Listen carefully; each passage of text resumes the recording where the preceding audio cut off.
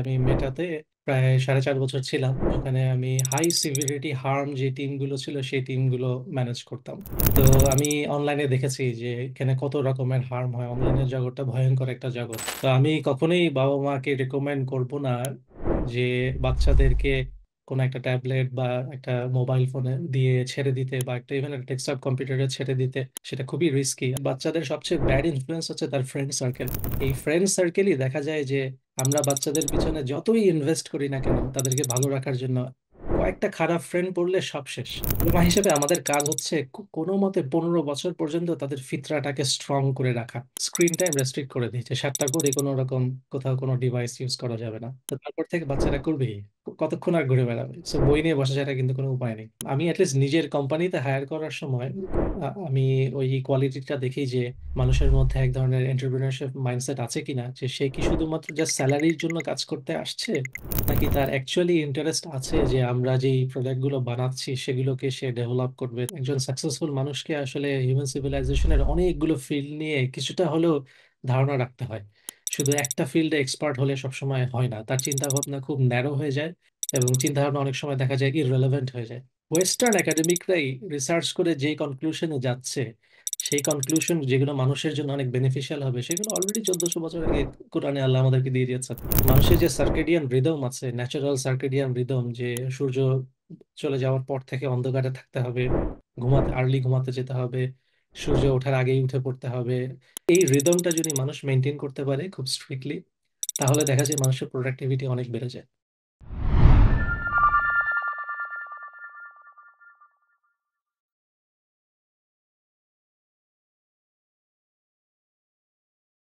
প্রিয় দর্শক, আসসালামু আলাইকুম। স্বাগত জানাচ্ছি অন্যরকম কথার নতুন আরেকটা পর্বে। আজকে আমাদের সাথে গেস্ট হিসাবে উপস্থিত আছেন ওমর আল জাবির ভাইয়া। আসসালামু আলাইকুম ভাইয়া। ওয়ালাইকুম আসসালাম। ভাইয়া কেমন আছেন? আলহামদুলিল্লাহ, আমরা ভালো আছি। আপনি কেমন আছেন? আলহামদুলিল্লাহ ভাইয়া, অনেক ভালো আছি। আমাদের দর্শকদের উদ্দেশ্যে ছোট্ট করে ভাইয়ার পরিচয়টা দিয়ে নেই। ভাইয়ার কারেন্ট এন্ডিভার হচ্ছে kahf.com নিয়ে, তো এটা নিয়ে আমরা বিস্তারিত একটু সামনে আসবো। খুব পপুলার যে প্রোডাক্টটা ভাইয়ারা বের করেছেন কাহাফ গার্ড, এটা নিয়েও কথা বলবো, যে এটা এই যুগে আসলে কেন খুব বেশি করে দরকার।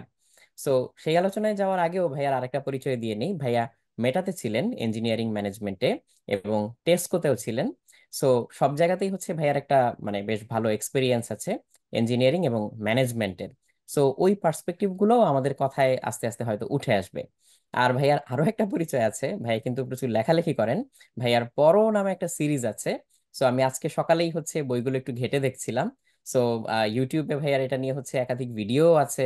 ওয়াফি লাইফ থেকেও আমি একটা ভিডিও দেখেছি যে পরো সিরিজটা নিয়ে ভাইয়া কথা বলছিলেন ওইখানে। সো ভাইয়ার লেখালেখি, রাইটিং এবং ইসলামিক চিন্তা ভাবনা, এটাও আজকে আমাদের আলোচনায় একটা পার্ট হিসাবে উঠে আসবে। কিন্তু তার আগে ভাইয়া, আমি এটা দিয়ে শুরু করতে চাচ্ছিলাম যে খুব অল্প বয়স থেকেই কিন্তু আপনার অন্টারপ্রেনারিয়াল একটা মাইন্ডসেট ছিল। সো ওইটা নিয়ে জানতে চাচ্ছিলাম যে প্রথম কিভাবে আপনি অন্টারপ্রেনারশিপের জার্নিতে এলেন, তখন কি কি চিন্তা মাথায় কাজ করছিল, এবং এই ডিসিশনগুলো তখন কিভাবে নিতেন। যে যেই বয়সটাতে আপনি অন্টারপ্রেনারশিপ শুরু করেছিলেন, সেই বয়সটাতে বিশেষ করে দেখা যায় যে বাংলাদেশের পার্সপেক্টিভে বাবা মায়েরা খুব বেশি করে জোর দেয় যে না, তোমাকে একাডেমিক পড়াশোনায় খুব বেশি ফোকাস করতে হবে, বা স্কুল কলেজে বিশেষ করে ভালো রেজাল্ট করতে হবে। এই রেজাল্ট কার্ড বা কত নাম্বার পেলাম আমরা, এটা অনেক বেশি ইম্পর্টেন্ট হয়ে দাঁড়ায়। সো ওই জায়গাটা থেকে ভাইয়া শুরু করতে চাচ্ছিলাম। বিসমিল্লাহ। আমার মনে হয় আমার যে এন্টারপ্রেনার মাইন্ডসেটটা এটা এসেছিল ছোটবেলাতে একটা সাকসেসের পর থেকে। যে আমি যখন খুব ছোটবেলায়, তখন আমার বয়স বোধহয় 9 বছরের মতো ছিল, তখন আমি কম্পিউটার জগৎ নামে একটা ম্যাগাজিন বের হতো তখন কম্পিউটারের হুম। উপরে বাংলাদেশে। ওই ম্যাগাজিনে একবার একটা পেয়েছিলাম আমার এক বন্ধুর বাসায়। তো এই ম্যাগাজিনটা পড়া যখন শুরু করলাম, আমার মনে আছে যে কয়েক ঘন্টা পার হয়ে গেছে, আমি কোনোভাবেই শেষ করতে পারছি না পড়া। ওই এক ম্যাগাজিন পড়ে আমার লাইফ চেঞ্জ হয়ে গেল। আমি বুঝলাম যে এই জিনিস আমাকে শিখতে হবেই। তখন থেকে আমার কম্পিউটারের প্রতি অনেক আগ্রহ তৈরি হয়। তো ছোটবেলা থেকেই তখন দেখা গেল যে আমি বিভিন্ন কম্পিউটারে বই পড়তাম। তখন ওই নীলক্ষেত তো বোধহয় এখনো বাংলাদেশে আছে। So, নীলক্ষেতে গিয়ে আমি কম্পিউটার জগতের যতগুলো কপি আছে সবগুলো কিনে নিয়ে আসলাম। এনে এগুলো সবগুলো পড়া শুরু করলাম। তো তখন থেকে আমার কম্পিউটারের প্রতি হঠাৎ করে কেন জানি খুব আগ্রহ আসলো। আমার ধারণা এগুলো সবই আল্লাহর ডিজাইন, আল্লাহ প্ল্যান করে রেখেছিল আমাকে দিয়ে কম্পিউটার করাবেন, সেজন্যই হয়েছে। এই সমস্ত ঘটনা, রাইট টাইমে রাইট জায়গায় মানুষকে রাখাটা, এগুলো সবই আল্লাহরই প্ল্যান। তো আলহামদুলিল্লাহ আল্লাহ আমাকে ওইদিকে গাইড করেছিলেন, যার কারণে আমি ছোটবেলা থেকে অনেক প্যাশনেট ছিলাম কম্পিউটার প্রোগ্রামিং এর উপর। 10 বছর বয়স যখন হলো, তখন বাংলাদেশের প্রথম কম্পিউটার প্রোগ্রামিং কন্টেস্টে গেলাম। সেখানে গিয়ে চ্যাম্পিয়ন হলাম আমার গ্রুপে। তো সেখান থেকে আমার একটা বড় বুস্ট তৈরি হয়। তো আমার বাবা মা বুঝে গেলেন যে এদিকে ছেলেকে ছেড়ে দিতে হবে। তো এই কারণে তারা আমাকে খুব একটা পড়ালেখার দিকে প্রেশার দেননি। হুম হুম। মাঝখানে বোধহয় একবার গভর্নমেন্ট লাইব্রেরি স্কুলে ভর্তি হওয়ার জন্য প্রচুর পড়ালেখার প্রেশার দিয়েছিলেন, যে না এই স্কুলে ভর্তি হতে হবেই। আলহামদুলিল্লাহ ওটা ভর্তি হওয়া আমার অনেক লাভই হয়েছে। সপ্তাহে একদিন স্কুলে যেতে পারতাম, যেটা হয়তো অন্য স্কুলে ফাঁকি দিতে পারতাম না। তো এভাবে স্কুল ফাঁকি দিয়ে পুরো টাইমটা আমি প্রোগ্রামিং এর পিছনে দিতে পেরেছিলাম। সেদিক থেকে আমার একটা বড় লাভ হয়েছিল যে আমি আর ছোটবেলা থেকেই অনেক সময় পেতাম প্রোগ্রামিং করার জন্য। আমাকে পড়ালেখার ব্যাপারে অতটা প্রেশার প্রথম দিকে আমার বাবা মা দেননি। কিন্তু এসএসসির আগে গিয়ে অবশ্যই আমাকে অনেক বুঝিয়েছেন যে এখন অবশ্যই ভালো রেজাল্ট করতে হবে, ভালো রেজাল্ট না করলে ফিউচারে অনেক সমস্যা হবে। তো এসএসসির আগে গিয়ে আমার মনে আছে যে কয়েক মাস আগে গিয়ে আমি আমার যত বন্ধু বান্ধবের যত নোট লেখা আছে সব নোট কপি করে নিয়ে এসে মুখস্থ করে এসএসসিতে ঢেলে দিয়ে এসেছিলাম।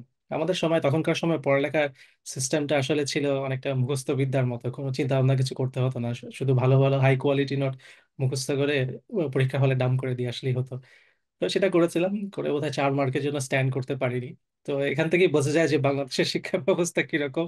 তো পুরোটাই মুখস্থ বিদ্যা, 3 মাসের মধ্যে মুখস্থ করে পরীক্ষায় পারফেক্টলি ডাম করে দিয়ে আসতে পারলে অনেক ভালো স্কোর করা যায়। তো এভাবেই আমার আর কি এন্টারপ্রিনারশিপ মাইন্ডসেটটা আসে, যে আমি ছোটবেলা থেকেই কম্পিউটার প্রোগ্রাম বানাতাম। মানুষের কাছ থেকে রিকগনাইজেশন পেতাম সেই প্রোগ্রামগুলো বানানোর জন্য, বিভিন্ন কন্টেস্টে গিয়ে তাই চ্যাম্পিয়ন হয়ে আসতাম। তো সেগুলো আমাকে অনেক বুস্ট দিয়েছিল। তো একটা সময় গিয়ে চিন্তা করে দেখলাম যে এই সফটওয়্যারগুলো যেহেতু অনেক ডিমান্ড আছে, মানুষ অনেক পছন্দ করছে, এগুলোকে কেন না একটা প্রফেশনাল র‍্যাপ দিয়ে সেল করা শুরু করি, করলে হুম। কিছু সাইড ইনকামও হবে। তো সেখান থেকে আস্তে আস্তে এন্টারপ্রেনারশিপের দিকে যাওয়া। ওয়ান্ডারফুল ভাইয়া, তার মানে অনেক ছোটবেলা থেকেই হচ্ছে আপনার মাথায় এই চিন্তাগুলো ঘুরপাক খাচ্ছিল এবং সেখান থেকেই আপনি শুরু করেন। তো ভাইয়া, আমি যদি এর সূত্র ধরে একটা সম্পূরক প্রশ্ন করি, যে বাবা মায়ের আসলে হচ্ছে খেয়াল রাখা দরকার। যেমন আপনি বললেন যে আপনার এই আগ্রহ দেখে আপনার প্যারেন্টস হচ্ছে ভেবেছিল যে আচ্ছা ঠিক আছে, তাহলে ওকে এদিকে প্রেশার না দেই, এদিকে ও যেহেতু গ্রো করতে চাচ্ছে ওকে গ্রো করতে দেই। সো এই ইন্ডিকেশন গুলো সবসময় কিন্তু সব প্যারেন্টস খেয়াল করতে পারেন না। আপনি তো একজন বাবা, সো আপনার দৃষ্টিকোণ থেকে যদি আপনি বলেন যে আপনি আপনার বাচ্চার মধ্যে বা সন্তানের মধ্যে হচ্ছে এই ধরনের কি জিনিস খোঁজেন বা দেখতে পান, বা দেখতে পেলে এটাকে নার্চার করতে হবে, এইটা বুঝতে পারেন। হ্যাঁ, আমি খুব অ্যাক্টিভলি খেয়াল রাখি আমার বাচ্চারা কোন দিকে খুব অ্যাটেনশন নিয়ে ঘন্টার পর ঘন্টা তারা একটা কিছু নিয়ে পড়ে থাকতে পারে এবং তাদের আগ্রহ কমে না। এটা আমি বোঝার চেষ্টা করি। আমি আমার বাচ্চাদেরকে বিভিন্ন সময় বিভিন্ন অ্যাক্টিভিটিতে নিয়ে যাই, দিয়ে দেখার চেষ্টা করি যে কোনটা তাদেরকে অনেকক্ষণ ধরে রাখে, তারা নিজের আগ্রহে ঘন্টার পর ঘন্টা দিনের পর দিন সেটা করতে তারা বোর ফিল করে না। তো যখন দেখি এরকম কিছু একটা খুঁজে পাওয়া গেছে, তখন আমি চেষ্টা করি তাদেরকে ওইদিকে সাপোর্ট দেওয়ার। সবসময় যে কাজ করে তা না, বাচ্চারা সবই হচ্ছে ট্রায়াল এন্ড এরর। মাঝে মাঝে দেখা যায় কোনো একটা কিছু নিয়ে তার 3-4 মাস অনেক ঝোঁক ছিল, তারপর আস্তে আস্তে তার ঝোঁক চলে যায়, তখন আর নতুন কিছু খুঁজে বের করার চেষ্টা করি। তো এইভাবে আমি খুঁজে দেখেছি যে আমার 3টা বাচ্চার 3 দিকে 3টা ডিফারেন্ট লাইনে তাদের ইন্টারেস্ট আছে। তো আচ্ছা চেষ্টা করি যে তাদের সেই ইন্টারেস্ট গুলোতে সাপোর্ট দেওয়ার। আচ্ছা, তার মানে বাবা মাকে এখানে আসলে হচ্ছে অ্যাক্টিভলি অবজার্ভ করতে হবে, বা আসলে তাদেরকে একটু টাইম দিতে হবে, বাচ্চারা যেই টাইমটা ডিজার্ভ করে। বাট এটার বিপরীত চিত্রও কিন্তু আমরা দেখতে পাই, যে অনেক সময় বাবা মা মনে করে যে আমরা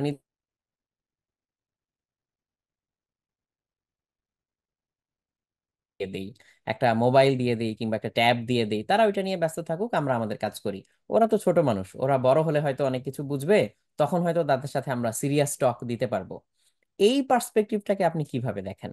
কারণ এখানে তো বাচ্চাদের অনেক মানে পোটেনশিয়াল হার্ম হওয়ার সুযোগ থাকে। হ্যাঁ, আজকাল ইন্টারনেটটা খুব ডেঞ্জারাস হয়ে গেছে। আমি যেহেতু চাইল্ড সেফটিতে অনেক বছর কাজ করেছি, আমার একটা ছোট ব্যাকগ্রাউন্ড তো বললে সুবিধা হবে যে আমি মেটাতে প্রায় 4.5 বছর ছিলাম। ওখানে আমি হাই সিভিরিটি হার্ম যে টিমগুলো ছিল সেই টিমগুলো ম্যানেজ করতাম। তো আমি অনলাইনে দেখেছি যে এখানে কত রকমের হার্ম হয়, অনলাইনের জগৎটা ভয়ঙ্কর একটা জগৎ। আর চাইল্ড সেফটি নিয়ে আমার কিছু স্পেশালাইজেশন আছে, আমি অনেক বছর চাইল্ড সেফটি নিয়ে কাজ করেছি। তো আমি বিশেষ করে বাচ্চাদের জন্য যে অনলাইনে ক্ষতিগুলো আছে এগুলো সম্পর্কে আমি বেশ ভালোই জানি। তো আমি কখনোই বাবা মাকে রেকমেন্ড করব না যে বাচ্চাদেরকে কোনো একটা ট্যাবলেট বা একটা মোবাইল ফোনে দিয়ে ছেড়ে দিতে, বা একটা ইভেন একটা ডেস্কটপ কম্পিউটারে ছেড়ে দিতে, সেটা খুবই রিস্কি। আজকাল ইন্টারনেটে খুবই ভয়ঙ্কর সব কন্টেন্ট পাওয়া যায়। যেমন ইউটিউবেই যদি আমরা বাচ্চাদের জন্য যে ইউটিউব বানানো আছে সেটা না দিয়ে যদি নর্মাল ইউটিউব যেটা আছে সেটা দেই, সেখানে অনেক ভায়োলেন্ট কার্টুন আছে। আমার মনে আছে যে আমি কয়েক সপ্তাহ আগে বাংলাদেশে গেলাম। তো সাধারণত আত্মীয় স্বজনরা দাওয়াত দেয়, so দাওয়াতে গিয়ে আমি যেটা করি যে যখন বড়রা কথা বলতে থাকে আমি অন্য রুমে গিয়ে দেখি বাচ্চারা কি করছে। হুম হুম হুম। তো সাধারণত দেখা যায় যে অন্য রুমে সব বাচ্চাগুলো বসে প্রত্যেকে নিজের ডিভাইস নিয়ে বসে আছে। কেউ কারোর সাথে খেলার আগ্রহ নেই, সবাই নিজেদের ডিভাইস ফোনে বসে বসে ইউটিউবে ভিডিও দেখছে বা অন্য গেম খেলছে, কিছু একটা করছে। তো দেখলাম যে 6 থেকে 8 বছরের বাচ্চা ইউটিউবে কয়েকটা কার্টুন দেখছে, যে কার্টুনগুলো হচ্ছে যে ওই কার্টুনের হিরো গিয়ে সব ভিলেনদের গলা কেটে আলাদা করে ফেলছে, একদম রক্তারক্তি ঘটনা। তো এরকম ভিডিও দেখছে 6 থেকে 8 বছরের বাচ্চারা। বাবা মার কিন্তু ধারণা নেই যে বাচ্চারা কি দেখে। তো এই অনেক বাবা মারই ধারণা নেই যে ইউটিউবে অনেক অ্যাডাল্ট কন্টেন্ট আছে যেগুলো ছোট বাচ্চাদের জন্য সুইটেবল না। এগুলো দেখলে বাচ্চাদের মানসিকতা সাংঘাতিকভাবে বিকৃত হয়ে যায়। হুম তাদের হুম। অনেক রকম মানসিক সমস্যা হয়, তারা অনেক সময় রাতে ঠিক মতো ঘুমাতে পারে না, তাদের খাবারের আগ্রহ নষ্ট হয়ে যায়, এরকম বহু রকম মানসিক সমস্যা দেখা যায়। শুরুটা হয়েছে ওই ইউটিউবে ভয়ঙ্কর সব ভিডিও দেখার কারণে। তো এই জন্য আমি কখনোই রেকমেন্ড করব না কোনো বাবা মাকে যে তারা তাদের বাচ্চাদেরকে একটা কম্পিউটার বা ট্যাবলেট বা কোনো একটা ইন্টারনেট কানেক্টেড ডিভাইস দিয়ে একদম ছেড়ে দিতে। আমরা যেটা করি যে আমার বাসায় কম্পিউটার রাখা আছে হচ্ছে একদম লিভিং রুমের মধ্যে। সো আমার বাচ্চারা কখন কি করছে এটা আমরা, আমি বা আমার ওয়াইফ কেউ না কেউ সবসময় দেখতে পাচ্ছি। আমরা কখনোই বাচ্চাদেরকে একটা ডিভাইস দিয়ে নিজের রুমে তারা ডিভাইসটা নিয়ে গিয়ে একা একা ডিভাইস ইউজ করবে, এটা আমরা কখনো অ্যালাউ করি না বাচ্চাদেরকে। কারণ এখান থেকেই শুরু হয় সমস্ত হার্ম। এরকম লক্ষ লক্ষ হার্ম আমি দেখে আসছি মেটাতে। লক্ষ লক্ষ বাচ্চার জীবন শেষ হয়ে গেছে তারা, কারণ তারা একা একা রাতের বেলা একটা মোবাইলে এমন কিছু করেছে যেখান থেকে শুরু হয়েছে তার জীবন শেষ হয়ে যাওয়া। তো এদিক থেকে খুব সাবধানে থাকতে হবে যে বাবা মাকে সবসময় সুপারভাইজ করতে হবে যে বাচ্চারা স্ক্রিনে কি দেখছে, কার সাথে কথা বলছে। যে কোনো রকম মেসেজিং অ্যাপ যেটা দিয়ে অন্য কারোর সাথে কথা বলা যায়, বা যে কোনো রকম গেম যেখানে গিয়ে অন্য কারোর সাথে চ্যাট করা যায়, এই দুটোই হচ্ছে সবচেয়ে ঝুঁকির জায়গা। এই দুটো জায়গা থেকেই সবচেয়ে বেশি হার্ম হয়। আচ্ছা। এখন আহ, যদি বর্তমান পরিস্থিতি চিন্তা করি, অনেক বাবা মার হয়তো হচ্ছে এই সুযোগটাও থাকে না যে সারাদিন তার বাচ্চাকে একটা নিবিড় পর্যবেক্ষণের মধ্যে রাখবে বা হচ্ছে টাইম দিয়ে বাচ্চার পিছনে এই সময়টা দিবে। সো অনেকের পরিস্থিতি হয়তো অ্যালাউ করে না। আবার অনেকে হয়তো বাধ্য হয়ে মানে ডিভাইস দিতেই হচ্ছে, এমন একটা পরিস্থিতির সম্মুখীন হতে পারে। সো যদি আমরা এরকম একটা সিনারিও চিন্তা করি যে না, বাচ্চার হাতে কোনো না কোনো একটা ডিভাইস যাচ্ছে, সেটা যে করেই হোক, তখন কি উপায় থাকতে পারে যে স্টিল যে তার হাতে একটা ইন্টারনেট কানেক্টেড ডিভাইস থাকলো, বাট স্টিল আমরা সামহাউ তাকে প্রোটেক্ট করতে পারলাম এইটার। আজকাল অনেক ইন্টারনেট সেফটি সফটওয়্যার বের হয়ে গেছে যেগুলো কম্পিউটার ডিভাইস গুলোকে বাচ্চাদের জন্য সেফ করে দেয়। এমনকি ইউটিউবে একটা সেটিংস আছে যেটা হয়তো অনেকেই জানে না, যে ইউটিউবের সেটিংসে গিয়ে রেস্ট্রিক্টেড মোড নামে একটা মোড আছে, যেটা অন করে দিলেই ইউটিউব সমস্ত ভিডিওকে ফিল্টার করা শুরু করে দিবে যেগুলো বাচ্চাদের জন্য সুইটেবল না। তো এরপর থেকে ইউটিউব শুধুমাত্র বাচ্চাদের দেখতে পারে এরকম সুইটেবল ভিডিওই ওখানে আনবে। তো এই সেটিংটা ইউটিউবে গিয়ে অন করে দিলেই ইউটিউবের অনেক হার্ম থেকে বাঁচা যায়। এছাড়া কম্পিউটারে অনেক রকম সফটওয়্যার ইনস্টল করা যায়, মোবাইলে অনেক রকম সফটওয়্যার বের হয়ে গেছে যেগুলো দিয়ে বাচ্চারা কি ধরনের ওয়েবসাইটে যেতে পারবে, কোন কোন অ্যাপ ইউজ করতে পারবে, এগুলো সব রেস্ট্রিক্টেড করে দেওয়া যায়। আর এই প্রবলেমটা এত বড় একটা প্রবলেম যে এই জন্য আমরা একটা কোম্পানি খুলে ফেলেছি এই প্রবলেমটা অ্যাড্রেস করার জন্য। কাফ যে কোম্পানিটা আমরা করছি, আপনারা গিয়ে দেখতে পারেন। আমাদের ওয়েবসাইটটা হচ্ছে kaf.com.tr, শুধু .com না, .com.tr। এটা টার্কি বেসড একটা রেজিস্ট্রেশন করা কোম্পানি, আমাদের টার্কিতে আমাদের হেডকোয়ার্টার। তো আমরা এই মিশনেই নেমেছি কিভাবে মানুষকে অনলাইনে যে হাজারো রকমের হার্ম আছে সেই হার্ম থেকে বাঁচানো যায়।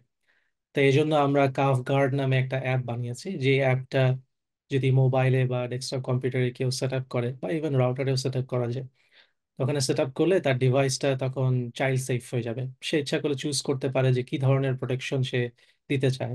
সে ইচ্ছা করলে ইউটিউবকে সেভ করে দিতে পারে, ইচ্ছা করলে গুগল সার্চকে সেভ করে দিতে পারে।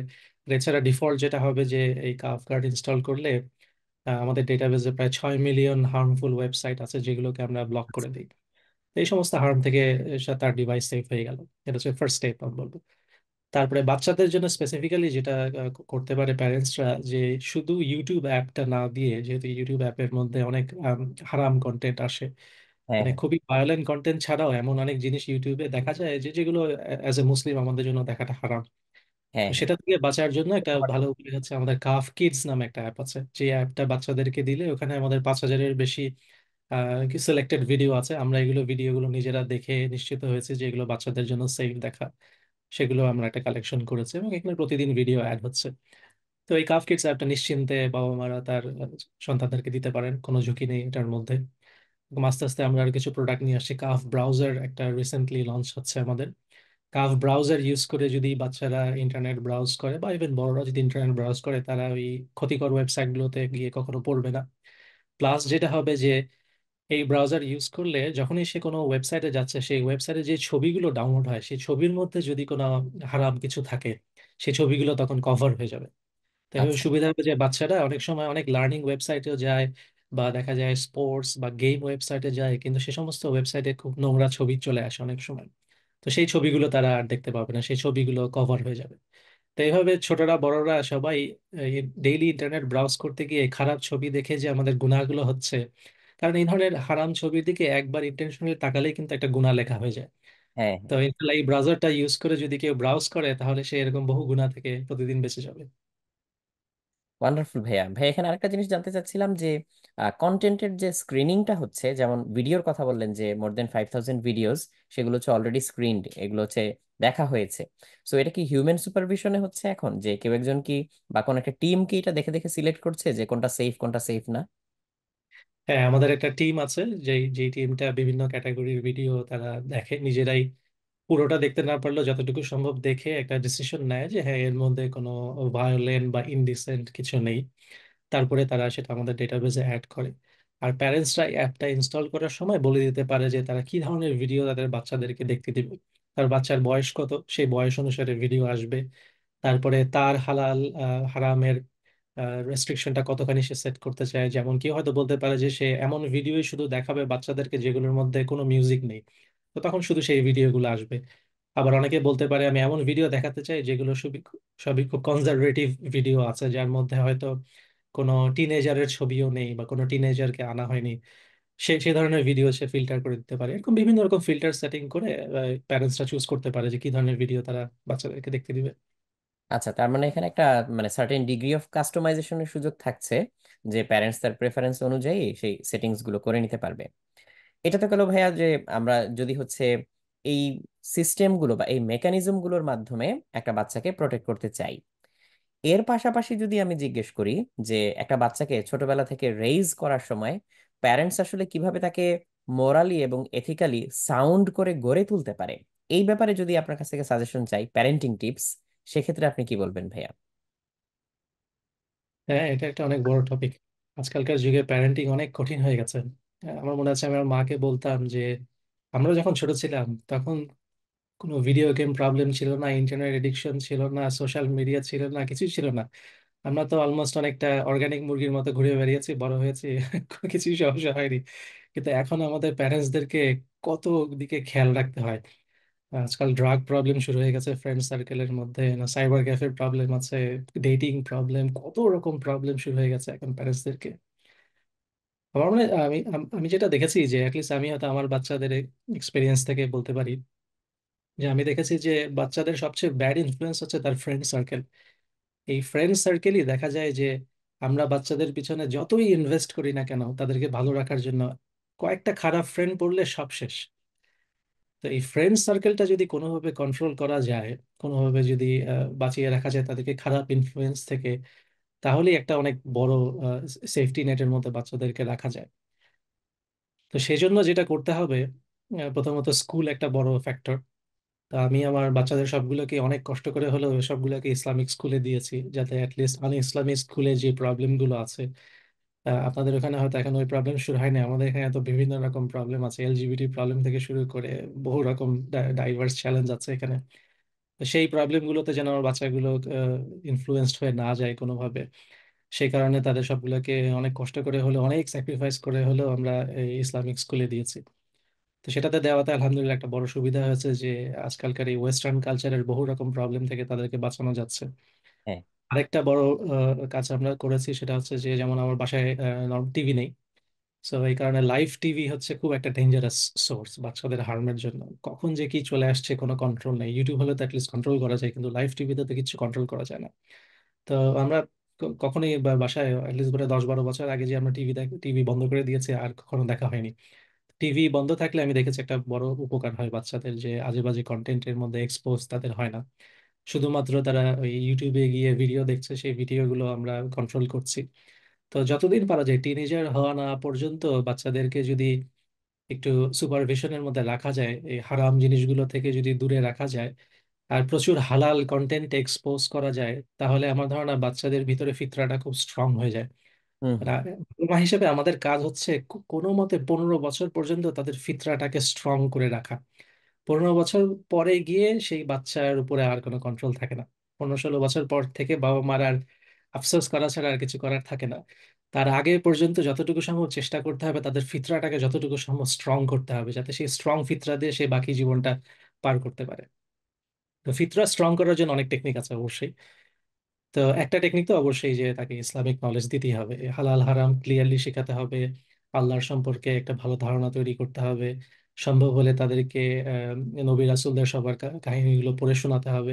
এবং শুধু তাদেরকে বই ধরিয়ে দিলে খুব একটা লাভ হয় না, আমি দেখেছি যে সেগুলো নিয়ে ডিসকাস করতে হয়। তাদেরকে বইয়ের ব্যাপারে কিছু কোয়েশ্চেন জিজ্ঞেস করতে হয়, যাতে তারা চিন্তা করার সুযোগ পায়। শুধু পড়ে গেলে অনেক সময় দেখা যায় যে চিন্তাটা বসে না। তো চিন্তা করাটা খুব জরুরি। আরেকটা কাজ আমি আমার 3টা বাচ্চার উপরে এক্সপেরিমেন্ট করেছি এবং আমার কাছে মনে হচ্ছে যে খুব লাভ হয়েছে। অ্যাটলিস্ট আমার বড় বাচ্চার বেলায় দেখেছি আমি খুব লাভ হয়েছে। সেটা হচ্ছে যে আমি এই প্রচুর ইসলামিক লেকচার তাদেরকে শুনতে দিয়েছে। তো তারা ইউটিউবে প্রতিদিন সকালে উঠে তাদেরকে ফ্রি কোরআন এডুকেশন নামে একটা চ্যানেল আছে, যে চ্যানেলে অনেক ইসলামিক স্কলারের লেকচার অ্যানিমেশন বানানো আছে। যেটা আচ্ছা। আলহামদুলিল্লাহ তারা একটা খুব ভালো কাজ করেছে, যে বাচ্চারা তো নর্মালি কোনোদিন ইসলামিক স্কলারের লেকচার শুনতে যাবে না। তো তারা ওই লেকচারের ছোট ছোট মেইন পয়েন্ট গুলো নিয়ে খুব সুন্দর অ্যানিমেশন বানিয়েছে।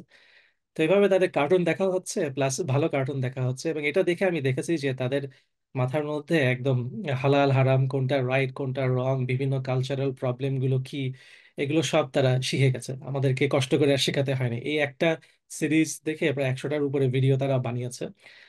প্লাস এছাড়া ওই বিভিন্ন স্কলার যারা আছে, মুফতি মেহেক, ইয়াসির কাদি, এরকম আরো অনেকের লেকচার আছে, যে লেকচারগুলোর অ্যানিমেটেড ভার্সনও পাওয়া যায় ইউটিউবে। ওগুলো আমি আমার বাচ্চাদেরকে সকালবেলা রেগুলারলি দেখতে দিই। তো এভাবে সুবিধা আছে যে সকালবেলা তারা অনেক একটা হাই ডোজ অফ ইসলাম পাচ্ছে। তারপর সারাদিন আজে বাজে জিনিসগুলো থেকে তারা কিছুটা হলেও ভালো থাকে।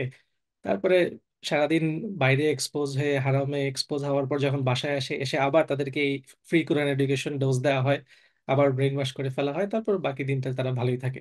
তো এভাবে ডেইলি 2বার মাথা পরিষ্কার করে আমি দেখেছি যে আমার বাচ্চাগুলো আলহামদুলিল্লাহ তাদের ভিতরে এই কোনটা রাইট কোনটা রং এটা বোঝা, কালচারের মধ্যে কি কি সমস্যা আছে, মানুষ কি কি ভুল করছে, এগুলো তারা অনেক কিছু বুঝতে পারে, অনেক কিছু ধরতে পারে। না, ওয়ান্ডারফুল সাজেশন ছিল ভাইয়া। এর মাঝখানে আমি আসলে জিজ্ঞেস করতে চাচ্ছিলাম যে আপনার পিছনেও তো অনেক প্রচুর বই দেখা যাচ্ছে, তো বাচ্চাদেরকে বই পড়তে উৎসাহিত করার জন্য কি করেন এবং সেটাকে কিভাবে ইফেক্টিভ করেন। তো মাশাআল্লাহ সেটার অ্যান্সারটাও আসলে পেয়ে গিয়েছি, যে বাচ্চাদেরকে শুধু বই পড়ো বই পড়ো এটা বললেই আসলে হবে না, তাদের সাথে জিনিসগুলো নিয়ে ডিসকাস করতে হবে। সো ডিসকাশনের মোডে গেলে তারা তখন হচ্ছে এটা নিয়ে চিন্তা করতে শিখবে, এবং তখন হয়তো আসলে বইয়ের যে নলেজ গুলো কিংবা এই থটস গুলো এই ফিলোসফি গুলো এগুলো হয়তো আস্তে আস্তে তাদেরকে পারমিয়েট করতে পারবে। তো এটা সব মানে প্যারেন্টস এর জন্যই বলছি যে এই টেকনিকটা আসলে আপনারাও কাজে লাগাতে পারেন, যে বাচ্চাদের সাথে বই নিয়ে ডিসকাস করতে হবে বা এটার যে লেসন গুলো সেগুলো নিয়ে আসলে কথা বলতে হবে। তাহলে এই জিনিসটা আস্তে আস্তে তাদের মধ্যে ইনশাল্লাহ ঢুকে যাবে। তো ভাইয়া নেক্সট যে কোশ্চেনটা করতে চাচ্ছিলাম সেটা হচ্ছে, আমি আপনি তো। বই নিয়ে একটা ছোট টিপস হ্যাঁ দিতে হ্যাঁ, পারি, শিওর এটা শিওর আমার ভাইয়া। কাজে লেগেছে। সেটা হচ্ছে যে আমরা স্ক্রিন টাইম রেস্ট্রিক্ট করে দিই, যে 7টার পরে কোনো রকম কোথাও কোনো ডিভাইস ইউজ করা যাবে না। হুম হুম। তো তারপর থেকে বাচ্চারা করবে কি? কতক্ষণ আর ঘুরে বেড়াবে? সো বই নিয়ে বসে ছাড়া কিন্তু কোনো উপায় নেই। তো এইভাবে আস্তে আস্তে একসময় তাদের হ্যাবিট হয়ে গেছে, যে জানে যে 7টার পর থেকে আর কিছু করার থাকবে না, সো বই নিয়ে বসতেই হবে। তো ওরা আগে থেকেই প্রিপারেশন নিয়ে রাখে যে আচ্ছা এই বইটা নিয়ে আজকে আমি 7টার পরে গিয়ে পড়া শুরু করবো। তো এইভাবে রুটিনের মধ্যে বাচ্চাদেরকে ফেললে অটোমেটিক্যালি তাদের ওই হ্যাবিটটা তৈরি হয়ে যায়। আর আরেকটা জিনিস হচ্ছে যে আমরা অনেক সময় বাবারা মনে করি যে বাচ্চারা বোর্ড থাকলে বিরক্ত করে, এই জন্য যাতে তারা বিরক্ত না করে, বোর্ড না হয়, এই জন্য তাকে সবসময় কিছু না কিছুর মধ্যে এঙ্গেজ রাখতে হবে। ব্যাপারটা সবসময় তা না, বাচ্চাদেরকে অ্যাকচুয়ালি বোর্ড হতে দেওয়া উচিত। কারণ বোর্ড হলে সে নিজে নিজেই একসময় চিন্তা করা শুরু করে যে এই বোর্ডন থেকে আমি কিভাবে বের হব। হুম হুম। এই যে চিন্তাটা তারা করছে, এই চিন্তাটা খুব একটা জরুরি চিন্তা, যে নিজে নিজে চিন্তা করে বের করে আমি কি করতে পারি এখন আমার বোর্ডম ঠিক করার জন্য। সবসময় আমার কেন বাবা মাকে গিয়ে বিরক্ত করতে হবে আমার বোর্ডম ঠিক করার জন্য? তো সাধারণত যেটা হয়, বাচ্চারা জানে যে আমি গিয়ে কিছু সাউন্ড করলেই বাবা মা আমাকে সাথে সাথে কিছু একটা দিয়ে দিবে। তো এটা তার ব্রেনে রেকর্ড হয়ে যায় যে আমাকে গিয়ে কিছুক্ষণ ডিস্ট্রাক্ট করতে হবে বাবা মাকে, ব্যাস সাথে সাথে বাবা মা আমাকে আমার এন্টারটেনমেন্টের ব্যবস্থা করে দিবে। তো যখন বাবা মারা একটু স্ট্রং হবে যে না, কোনোভাবেই দিব না, যতই ডিস্টার্ব করুক দিব না, এটা যখন কয়েকদিন বাচ্চা দেখে, তখন বাচ্চা বুঝে যায় যে আমার বাবা মাকে ডিস্টার্ব করে কোনো লাভ নেই, আমি কিছু পাবো না, আমি এখন নিজেই গিয়ে খুঁজে বের করি কি করা যায়। তো এইভাবে বাচ্চাদেরকে অনেক সময় কন্ট্রোল করা যায়। আর বাংলাদেশ যেহেতু বাবা মারা যারা বাচ্চাদেরকে বড় করেন, তারা আসলে অনেক সাপোর্ট পান, যেটা আমরা এখানে পাই না। যেমন বাংলাদেশে কাজের লোক নামে এক মহান জিনিস আছে, যেটা এখানে আমরা চিন্তাই করতে পারি না। বাংলাদেশে অনেক সময় জয়েন্ট ফ্যামিলিতে দাদা দাদি নানা নানির সাপোর্ট পাওয়া যায়, যেটা আমরা এখানে চিন্তাই করতে পারি না। এখানে কিন্তু সব কাজ আমাদের নিজেদেরকে করতে হয়। সকালবেলা বাথরুমের কমোড পরিষ্কার করে এসে আপনার সাথে কথা বলতে বসেছি।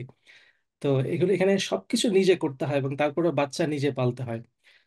তো এর এই জন্য অনেক সময় বাবারা মনে করেন যে না, বাচ্চাদের এত সময় দেওয়া সম্ভব না। আসলে বাচ্চাদেরকে সময় দেওয়া যায়, বাসার সব কাজকর্ম করার পরেও বাচ্চাদেরকে সময় দেওয়া যায়।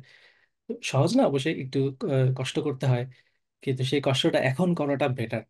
15 বছর পরে গিয়ে কপাল চাপানোর থেকে বরং এখন এই কষ্টটা নেওয়া, ইনভেস্টমেন্ট করাটা বেটার। আর বাচ্চাদের পিছনে প্রথম দিকে ইনভেস্টমেন্টটা করতে পারলে দেখা যায় যে বাচ্চারা বাবা মার জন্য সাদাকায়ে জারিয়া হয়ে যায়। না হলে উল্টাটা হয়, গুনাহে জারিয়া হয়ে যায়।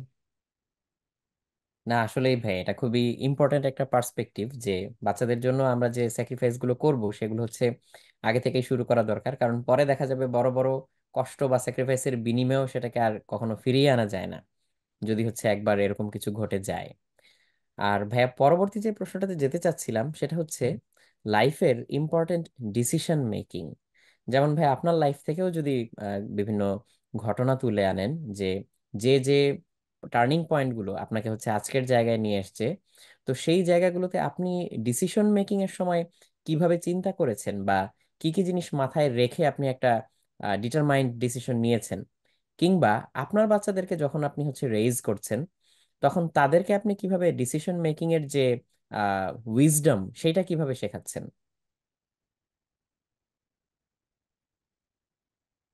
আমি একটা জিনিস, একটা মেথড প্র্যাকটিস করতাম ছোটবেলা থেকে, সেটা হচ্ছে রিগ্রেট মিনিমাইজেশন ফ্রেমওয়ার্ক বলে আর কি। যে আমার কাছে যদি 3টা চয়েস থাকে, এক একটা চয়েস নিলে আমি অন্য চয়েস গুলো না নেওয়ার জন্য আমার রিগ্রেট কি হবে। লেটস আমার কাছে এখন 3টা অপশন আছে, একটা হচ্ছে বই পড়া, একটা হচ্ছে ভিডিও গেম খেলা, আর একটা হচ্ছে বাইরে বেড়াতে যাওয়া। না, আমি যদি বই পড়ার ডিসিশনটা নেই, অন্য দুইটা না করি, তাহলে আমি কি রিগ্রেট করব ফিউচারে গিয়ে? হুম হুম। বা আমি যদি এখন ভিডিও গেম খেলার চিন্তা করি, বই না পড়ি বা বাইরে না যাই, তাহলে আমি কি রিগ্রেট করব ফিউচারে গিয়ে? এগুলো চিন্তা করতাম যে আমি যদি এখন একটা যে ডিসিশনটা নিচ্ছি, সেটা নিলে আমি কি রিগ্রেট করব ফিউচারে গিয়ে, এবং অন্য চয়েস গুলো না নেওয়ার জন্য কি রিগ্রেট করব ফিউচারে গিয়ে, সেটা চিন্তা করতাম। এবং দেখতাম যে কোন চয়েসটা নিলে আমার রিগ্রেট সবচেয়ে কম হবে। তো এটাকে বলে রিগ্রেট মিনিমাইজেশন ফ্রেমওয়ার্ক আর কি। এটা আমাদের সফটওয়্যার ডেভেলপমেন্টেও এই মেথোলজি আমরা কাজে লাগাই। প্রোডাক্টের ফিচার বানানোর সময় চিন্তা করি যে কোন ফিচারটা বানালে আমরা কম রিগ্রেট করব, কোন ফিচারটা না বানালে সমস্যা নেই, আমরা খুব একটা রিগ্রেট করব না। এখন মার্কেটিং এর মধ্যেও এই এই এই রিগ্রেট মিনিমাইজেশন ফ্রেমওয়ার্ক ইউজ করা হয়। তো এটা করে আমি দেখেছি যে আমার লাইফে অনেক কাজে লেগেছে। আমি যখনই কোনো ডিসিশন নিতে যেতাম, চিন্তা করতাম যে কোন ডিসিশনটা নিলে সবচেয়ে কম রিগ্রেট হবে। হ্যাঁ, এভাবে চিন্তা করা যায় অবশ্যই। আহ ভাইয়া এখানে এটার সাথে আরেকটা প্রশ্ন চলেই আসে, সেটা হচ্ছে যে টাফেস্ট ডিসিশন, এমন এমন কিছু ডিসিশন যেটা হয়তো আপনি হয়তো আহ এটার আসলে হচ্ছে কি বলবো, যে খুব প্রপারলি হয়তো জানেন না যে এর ফলশ্রুতিটা আসলে কি হবে, এরকম যদি কোনো জায়গায় এসে পৌঁছান, তখন আপনার মাথায় আসলে কি কাজ করে, যেখানে আপনি নিজেও শিওর না যে আসলে কোনটা করলে রিগ্রেট সবচেয়ে কম হবে? মানে রিওয়ার্ড তো অবশ্যই আছে, যে কোন ডিসিশন, কোন সেটা হার্ড ডিসিশন হলেও সেটা রিওয়ার্ড যদি বেশি হয়, হুম সেটার হুম। জন্য চেষ্টা করা। সেদিক থেকে অবশ্যই রিওয়ার্ডের ব্যাপারটা তো আছেই। আমরা সাধারণত প্রথমে বাই ডিফল্ট রিওয়ার্ড নিয়ে চিন্তা করি, কোন ডিসিশন নিলে সবচেয়ে বেশি রিওয়ার্ড পাওয়া যাবে। কিন্তু অনেক সময় দেখা যায় যে রিগ্রেটও বেশি হওয়ার চান্স আছে। যেরকম আমি আমার লাইফে বহু সময় এমন সব অপরচুনিটি পেয়েছি, দেখা যেত যে আমি হয়তো যা আর্ন করছি তার ডাবল অফার পেয়েছি। হুম হুম। তো আমি যদি এখন ডিসিশন নিতাম যে আমি এখন ওইখানে যাই, ওই অফারটা নেই, তাহলে আমার ডাবল আর্নিং হয়ে যাবে, কারণ ওটাতে রিওয়ার্ড বেশি ভার্সেস এখন কন্টিনিউ করা। কিন্তু আমি প্রায়োরিটি দিয়েছি রিগ্রেটকে নিয়ে, যে আমি দেখেছি যে আমি যদি এখন ওই অপরচুনিটিটা নেই, তাহলে দেখা যাবে আমার ওয়ার্ক লাইফ ব্যালেন্স নষ্ট হয়ে গেছে, আমাকে আর অনেক বেশি সময় কাজ করতে হচ্ছে, ফ্যামিলি থেকে দূরে থাকবো, আমার ইসলাম নিয়ে পড়াশোনা করা বা আমার যে অ্যাক্টিভিটি গুলো আছে সেগুলোর পেছনে আমি আর সময় দিতে পারবো না। তো তখন গিয়ে আমার রিগ্রেট বেশি হবে। এবার আমি সবসময় ওই রিগ্রেটটাকে দিয়ে ওভার রুল করি রিওয়ার্ডের ডিসিশন, যে সবসময় যে বেশি রিওয়ার্ডের জন্য চেষ্টা করব তা না। আমি আচ্ছা। চেষ্টা করি রিগ্রেট কমানোর। না হলে হয় কি, যে দেখা যায় যে কেউ একজন যখন লেটস সে তার প্রফেশনাল ক্যারিয়ার শুরু করলো বা তার স্টাডি ক্যারিয়ার শুরু করলো 18 বছর বয়স থেকে, সে যদি শুধু রিওয়ার্ডের পিছনে ছুটতে থাকে, যেটাই সবচেয়ে বেশি রিওয়ার্ডিং, আমি সেই পথেই যাব, তাহলে যেটা হয় যে তার রিগ্রেট বিল্ড আপ করতে থাকে। এবং বাই দ্য টাইম সে 30 বা 40, তার লাইফে শুধু রিগ্রেট আর রিগ্রেট। এবং 50-60-তে যাওয়ার পরে তার লাইফের রিগ্রেটের কোনো সীমা থাকে না আর। কারণ সে সারা জীবন নিজের ফুলফিলমেন্ট জন্য, নিজের রিওয়ার্ডের জন্য ছুটেছে, এবং অনেক কিছু ডিসিশন নিয়েছে যেগুলোর কারণে তার লাইফে অনেক ইরিভার্সিবল ড্যামেজ হয়ে গেছে, কারণ এই রিগ্রেট জমা হয়েছে। সে রিগ্রেট কমানোর চেষ্টা করেনি লাইফে গিয়ে, সে যতই রিগ্রেট হোক সে রিওয়ার্ডের জন্য ফোকাস করেছে। তো এটাতে যেটা হয় যে যত বয়স বাড়তে থাকে তত রিগ্রেট পাইল আপ করতে থাকে, এবং একটা সময় গিয়ে মিড লাইফ ক্রাইসিস শুরু হয় এবং বিভিন্ন রকম সাইকোলজিক্যাল প্রবলেম শুরু হয়, জীবনে লাইফে শান্তি চলে যায় আর কি। এই কারণে আমি অনেক অনেক আর্লি স্টেজ থেকে, আমি বলবো আমার যখন 20-25 বছর বয়স হয়েছিল, তখন থেকেই আলহামদুলিল্লাহ আল্লাহ আমার ভিতরে রিয়েলাইজেশন দিয়েছিলেন যে আমি চেষ্টা করব যেন আমি আমার যখন 50 বা 60 ইয়ার ওল্ড, আমার যেন রিগ্রেট লাইফে না থাকে, বা খুবই কম থাকে। এর জন্য কি করা যায় আমি সবসময় সেটা চেষ্টা করব। এবং সেটা চেষ্টা করতে গিয়ে দেখেছি যে আমার লাইফে অনেক শান্তি এসেছে আর কি, পিস এসেছে, রিগ্রেট অনেক কম। আমি জানি যে আমি যে স্যাক্রিফাইস গুলো করেছি, যে অপরচুনিটি গুলো ছেড়ে দিয়েছি, অনেক রিওয়ার্ড পেতাম কিন্তু তারপরে ছেড়ে দিয়েছি, তাতে কি এখন তো আমি অনেক ভালো আছি। হ্যাঁ, এই স্যাক্রিফাইস গুলো আসলে হচ্ছে অ্যাড করে। ভাইয়া এটার সাথে হচ্ছে আরেকটা জিনিস মাথায় আসলো, সেটা হচ্ছে যে রিওয়ার্ডের পিছনে ছুটতে গিয়ে বা হচ্ছে অ্যাপারেন্ট যেটা রিওয়ার্ড মনে হচ্ছে যে যেটা আমাকে সামনে এগিয়ে দিবে, এটার পেছনে ছুটতে গিয়ে অনেক সময় আমরা হচ্ছে মোরাল কম্পাসটা হারিয়ে ফেলি। যেমন আজকে আলোচনার শুরুতেই যেমন হচ্ছে বাবা মার কথা বলছিলাম, যে অনেক বাবা মা পুশ করেন যে তোমাকে ভালো রেজাল্ট করতেই হবে। ঠিক তেমনি আবার যখন কেউ আর্লি ক্যারিয়ারে ঢুকে তখন তার মাথায় থাকে যে যে করেই হোক আমার আর্নিং বাড়াতে হবে, by hook or by crook, সেটা দুর্নীতি করেই হোক আর যেভাবেই হোক। সো ওই মোরাল কম্পাসটা হারিয়ে ফেলার কারণে দেখা যায় যে তাদের মাধ্যমে সোসাইটিতে অনেক ধরনের ক্ষতির সম্মুখীন হয় বাকিরা সবাই। সো ছোটবেলা থেকে এই জিনিসটা একটা মানুষের মধ্যে কিভাবে ঢোকানো যায় যে মোরালিটিটাকে সেই মানুষটা যাতে হচ্ছে বেশি ইম্পর্টেন্স দেয়, বা অ্যাপারেন্ট রিওয়ার্ড বা ইমিডিয়েট গ্র্যাটিফিকেশনের চেয়ে সে যাতে লং টার্ম যে এই চিন্তা ভাবনাগুলো যে কোনটা করলে আসলে কল্যাণ, এই জিনিসগুলো যাতে মাথায় রাখে। এই ব্যাপারে আপনার চিন্তা ভাবনা কি ভাইয়া? এগুলো প্যারেন্টসরা সবই বাচ্চাদেরকে দেখাতে হয় যে আমি এখন একটা ডিসিশন নিলাম, হুম আমার হুম। কিন্তু অন্য চয়েস ছিল, অন্য চয়েস হলে আমি আরো অনেক বেশি রিওয়ার্ড পেতাম, লিডিং বাই কিন্তু সেটা এক্সাম্পল। নিয়ে আমি এই ডিসিশনটা নিলাম কেন, কারণ এটা হচ্ছে আমার জন্য হালাল ডিসিশন, এবং এটা নিলে আমি হয়তো তোমাদের সাথে বেশি টাইম স্পেন্ড করতে পারবো, আমার ফ্যামিলি লাইফ বেটার হবে। ঠিক আছে, না হয় টাকা পয়সা একটু কম আসবে, কিন্তু তাতে কি, এদিক থেকে তো বেটার হচ্ছে। অনেক সময় আমার বাচ্চাদেরকে আমি জিজ্ঞেস করি যে আমাকে এখন এরকম একটা কিছু কাজ করার সুযোগ আসছে, আমি কি এটা করব, হুম নাকি হুম। আমি এখন যেটা কন্টিনিউ করছি সেটাই করব। তো দেখা যায় ওরাই আমাকে কিছু কোয়েশ্চেন করে যে ওই ওই কাজটা করলে কি সমস্যা হবে, তখন আমি ওদেরকে সমস্যাগুলো বলি। আর এখন করলে কি হবে, এখন আমি যেভাবে যাচ্ছি এভাবে যদি কন্টিনিউ করি তাহলে সমস্যাটা কি, সেটা আমি ওদেরকে বুঝাই যে এভাবে যে কন্টিনিউ করছে আমার লাইফ, তাতে এই প্রবলেম হবে। তো এগুলো পাওয়ার পরে অনেক সময় ওরাই আমাকে ডিসিশনটা দেয় যে কি করা উচিত। সব সময় রাইট হয় না, কিন্তু আমি যেটা দেখেছি যে ওদের ডিসিশন গুলো বেশিরভাগ সময় আসে হচ্ছে এই একদম ফিতরা থেকে আসে, মানুষের ফিতরা যে আসলে একটা কিছু আছে, এটা অনেক সময় বাচ্চাদেরকে দিয়ে ডিসিশন মেকিং করালে দেখা যায় যে আসলে সত্যি সত্যি মানুষের ফিতরা আছে। এবং ওরা ফিতরা থেকে যে ডিসিশনটা নেয়, আমি দেখেছি যে ওই ডিসিশনটা বেশিরভাগ সময় রাইট। অনেক সময় ওরা হয়তো সবকিছু জানে না দেখে বুঝতে পারে না, কিন্তু বেশিরভাগ সময় দেখা যায় যে ওরা রাইট ডিসিশনটা নেয়। কিন্তু এই যে হেল্প করা ওদেরকে ডিসিশন মেকিং এ, যে একজন অ্যাডাল্ট কিভাবে চিন্তা করে, লাইফে কি ধরনের পরিস্থিতি আসবে, কিভাবে ডিসিশন নিতে হবে, এগুলো ছোটবেলা থেকে ওদেরকে এক্সাম্পল দেখালে এবং প্র্যাকটিস করালে এটা ওদের ভিতরে অনেক স্ট্রংলি ডেভেলপ হয়। আর মানুষের হ্যাঁ। সমস্ত স্কিলই ডেভেলপ হয় প্র্যাকটিসের উপরে।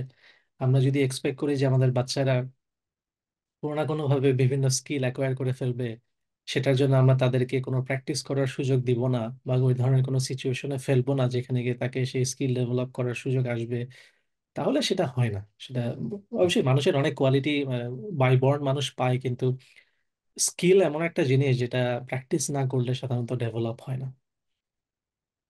রাইট ভাইয়া, এটা আসলেই খুবই গুরুত্বপূর্ণ একটা বিষয় যে বাচ্চাদেরকে হচ্ছে ডিসিশন মেকিং এর প্র্যাকটিসটা করানো এবং তাদেরকে ইনভলভ করা। অনেক সময় এই ইনভলভ না করতে না করতে হচ্ছে ডিটাচমেন্টটা অনেক বেশি বেড়ে যায়। সো তখন দেখা যায় যে এখান থেকে আরো নানান ধরনের সমস্যা তৈরি হয়। তো ভাইয়া আরেকটা জায়গায় যেতে চাচ্ছিলাম, সেটা অবশ্য হচ্ছে চাইলে মানে ভাইয়া আপনি অ্যান্সার দিতেও পারেন বা চাইলে স্কিপও করতে পারেন। সেটা হচ্ছে মেটার মতো একটা বড় জায়গায় এখানে হচ্ছে কাজ করতে গিয়ে আপনি কখনো এরকম মোরাল ডিলেমার সম্মুখীন হয়েছেন কিনা, এবং সেখান থেকে কিভাবে আপনি বের হয়ে এসেছেন?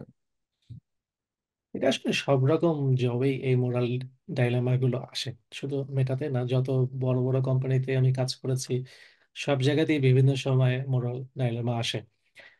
যে কিছু কিছু কাজ আমাদেরকে অনেক সময় করতে বলা হয় যেটা করলে কোম্পানির প্রফিট বাড়বে, রেভিনিউ, অথবা নতুন রেভিনিউ অপরচুনিটি চলে আসবে, কিন্তু ওইদিকে মানুষের দেখা যাবে বিভিন্নভাবে ক্ষতি হচ্ছে, বা হয়তো আমাদেরকে এমন একটা কিছু করতে হবে যেটা আহ, আমাদের জন্য পার্টিসিপেট করা, এজ এ মুসলিম আমার জন্য পার্টিসিপেট করাটা হারাম।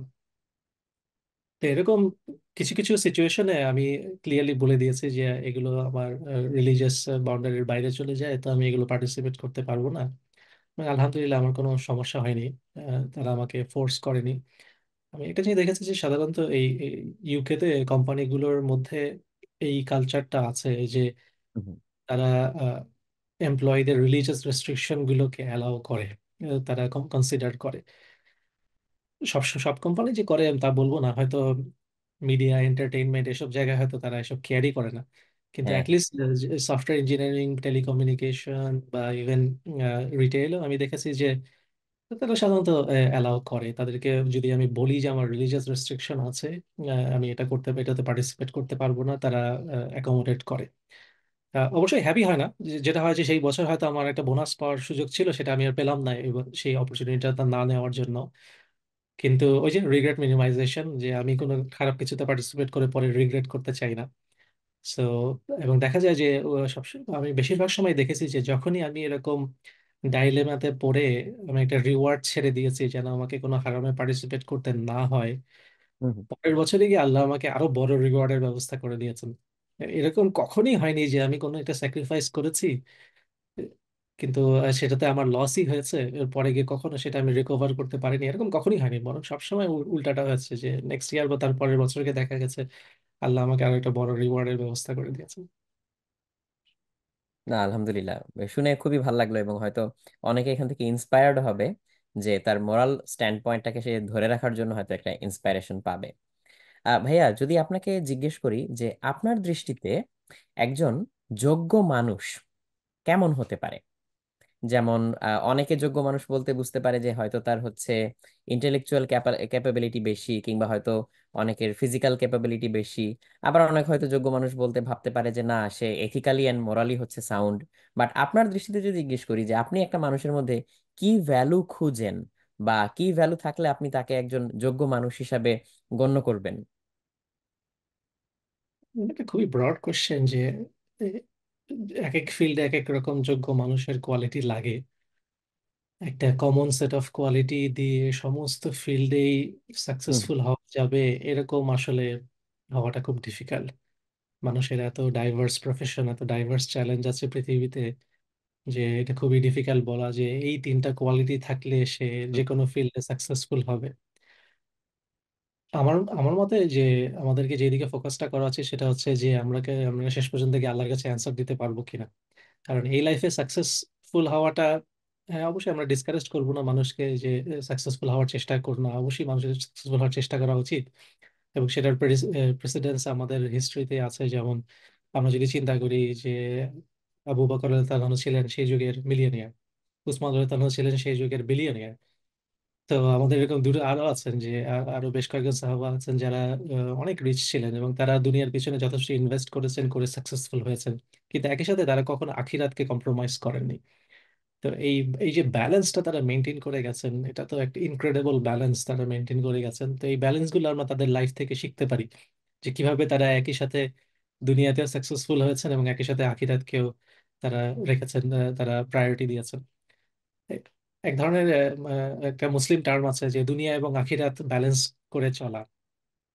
আমার মনে হয় টার্মটা ভুল। দুনিয়া এবং আখিরাত কিভাবে ব্যালেন্স করা যেতে পারে? আখিরাতের সাথে তো দুনিয়ার কোনো তুলনাই হয় না।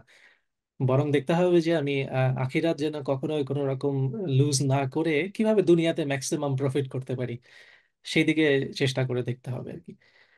তো আমি এটাই দেখি যে মানুষের মধ্যে, আমি অ্যাটলিস্ট নিজের কোম্পানিতে হায়ার করার সময় আমি ওই কোয়ালিটিটা দেখি যে মানুষের মধ্যে এক ধরনের এন্টারপ্রেনারশিপ মাইন্ডসেট আছে কিনা, যে সে কি শুধুমাত্র জাস্ট স্যালারির জন্য কাজ করতে আসছে, নাকি তার অ্যাকচুয়ালি ইন্টারেস্ট আছে যে আমরা যেই প্রোডাক্টগুলো বানাচ্ছি সেগুলোকে সে ডেভেলপ করবে, তার সবকিছু দিয়ে দিবে এই প্রোডাক্টগুলোকে উপরে ওঠানোর জন্য, এবং তার জাস্ট একটা পার্টিকুলার কাজের বাইরেও আরো অন্যান্য ধরনের কাজ করার প্রতিও তার আগ্রহ আছে, জানার আগ্রহ আছে।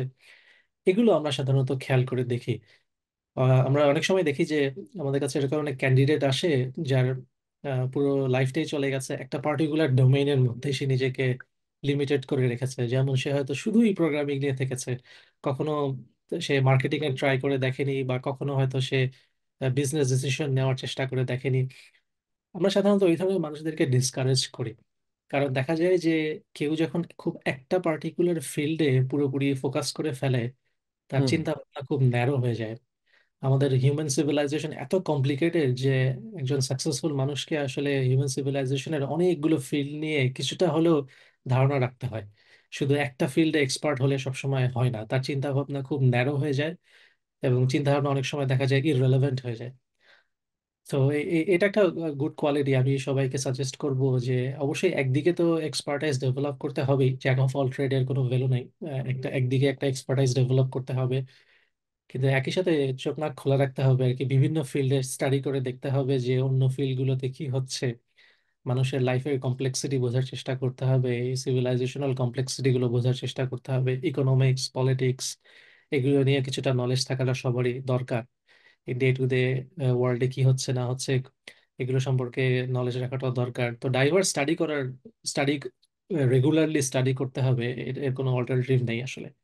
তো এই স্টাডি করার কোয়ালিটিটা একটা বড় কোয়ালিটি, যে একজন মানুষ কি শুধু একটা পার্টিকুলার ফিল্ডেই রেগুলারলি কাজ করে যাচ্ছে, নাকি সে ডাইভার্স স্টাডি করে, তার বিভিন্ন ফিল্ডের নলেজ আছে, সে সবসময় আপ টু ডেট থাকার চেষ্টা করে উইদাউট কম্প্রোমাইজিং তার এক্সপার্টাইজ এরিয়া। না, অনেক চমৎকার করে বলেছেন ভাইয়া, ধন্যবাদ। তো এই প্রসঙ্গেই ভাইয়া আপনার হচ্ছে লেখালেখির জগৎটায় যেতে চাচ্ছিলাম। আপনার পরও সিরিজ হচ্ছে, আরো বেশ কয়েকটা বইয়ে আপনার কন্ট্রিবিউশন আছে।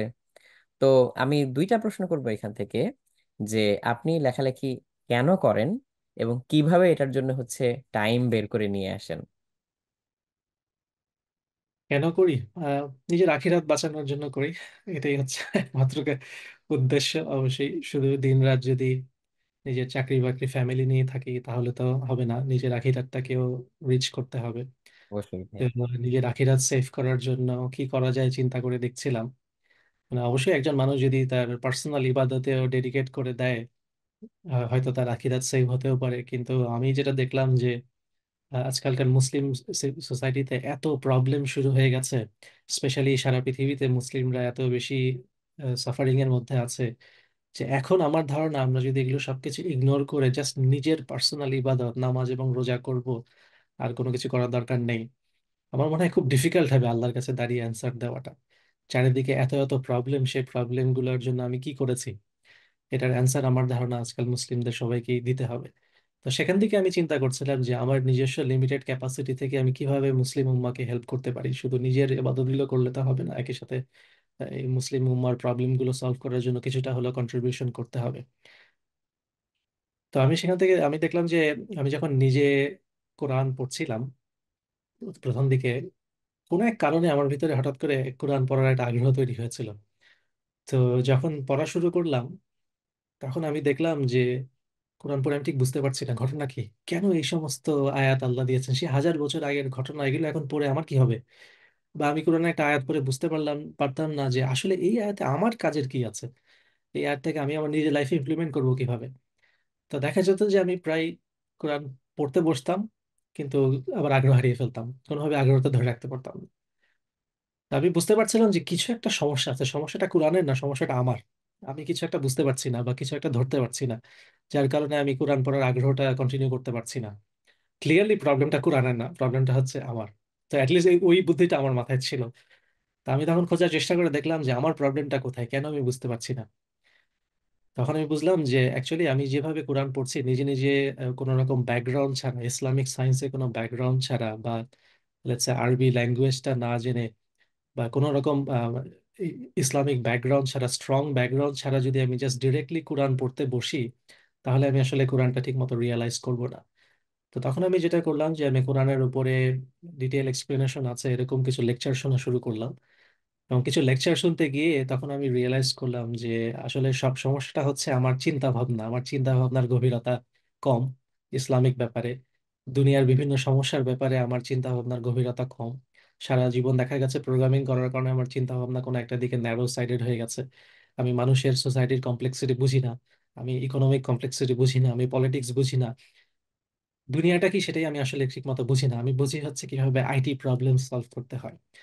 তো যখন আমি বুঝলাম যে অ্যাকচুয়ালি আমাকে দুনিয়ার কমপ্লেক্সিটি বুঝতে হবে, না বুঝলে আমি কোরআন পড়ে কোনোদিন বুঝবো না যে এখানে আল্লাহ দুনিয়ার কত কমপ্লেক্সিটির সলিউশন দিয়ে রেখেছেন। So আমি তখন আমার নিজের মাইন্ডটাকে ব্রড করা শুরু করলাম, আমার বিভিন্ন দিকে স্টাডি করা শুরু করলাম, লেকচারগুলো শুনে বোঝার চেষ্টা করা শুরু করলাম যে যারা যে লেকচারগুলো দেন তারা কিভাবে চিন্তা করলেন, তারা কিভাবে কোরআন সম্পর্কে এই রিয়েলাইজেশনে আসলেন, তাদের জার্নিটা কিরকম ছিল। তো আস্তে আস্তে আমি সেই জার্নিগুলো নেওয়া শুরু করলাম, যে আমি কিছুটা হলেও আমি ইসলামিক সায়েন্সে ডিপ্লোমা করা শুরু করলাম। ডিপ্লোমা করার পরে গিয়ে দেখলাম যে আমি কোরআন পড়ে আর অনেক বেটার বুঝতে পারছি, এখন আমি অনেক কিছু ধরতে পারছি কেন আল্লাহ এই কথাগুলো বলেছেন। তখন বুঝলাম যে আচ্ছা আমাকে আরেকটু পড়াশোনা করা দরকার। তারপরে আমি আরো পড়াশোনা করলাম, কোরআনে আমি আলিমিয়া পড়লাম 2 বছর। আলিমিয়া হচ্ছে এখানে এক ধরনের ডিগ্রি টাইপের আর কি, যে আপনার এটা অ্যাডভান্স লেভেলের পড়াশোনা। ওইটা করার পরে গিয়ে দেখলাম যে আমি কোরআন পড়ে তখন আরো অনেক বেশি বুঝতে পারছি, আরো অনেক ডেপথে গিয়ে আমি বুঝতে পারছি যে আল্লাহ অ্যাকচুয়ালি কেন আমাদেরকে এগুলো, এই আয়াতগুলো দিয়েছেন। এবং কোরআনের প্রত্যেকটা আয়াতই যে এখনো মানুষের জীবনে রেলেভেন্ট, এখনো যে হিউম্যান সোসাইটিতে রেলেভেন্ট, কত প্রবলেম যে আছে যেগুলো সলিউশন করে না আয়াতে আছে, এগুলো তখন আস্তে আস্তে আমি আর রিয়েলাইজ করা শুরু করলাম। এই রিয়েলাইজেশনটা হওয়ার পরে আমি বুঝলাম যে এখন এই জিনিস তো মানুষকে জানাতে হবে। হুম। আমার আশেপাশে সবাই তো এখন কোরআন পড়ে কোনো আগ্রহ পায় না।